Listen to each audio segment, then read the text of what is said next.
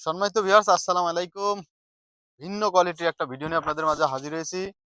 প্রতিনিয়ত আপনাদের কিন্তু আমি ড্রাগন বিষয়ে আপডেট দিই। আজকে কিন্তু একটা ভিন্ন কোয়ালিটির ভিডিও নিয়ে আপনাদের মাঝে হাজির হলাম। যেমন আমার পিছনে দেখতে পাচ্ছেন ধান।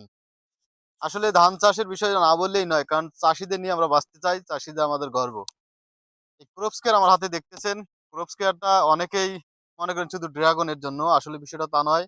এই ক্রপ স্কেয়ার যদি আপনি যেকোনো ধরনের আবাদেই ব্যবহার করেন, নিচে পর্যাপ্ত শিকড় হয়।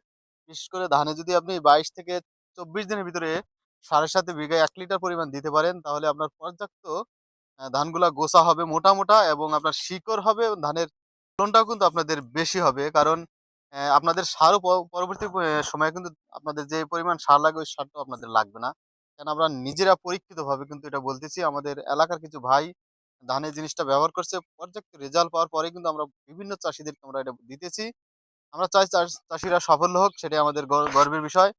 এ ধরনের ধান যারা আপনারা এখন করেছেন, বৈশাখী ধান, আপনারা অবশ্যই ২২ থেকে ২৪ দিনের ভিতরে আমার কথা শুনে আপনাদের এলাকার দোকান থেকে হোক বা আমার কাছে এই ধরনের ক্রপ স্কেয়ার পাবেন। আপনারা নিয়ে অবশ্যই ব্যবহার করেন। 100% রেজাল্ট পাবেন। আমি আপনাদের গ্যারান্টি দিয়ে থাকলাম।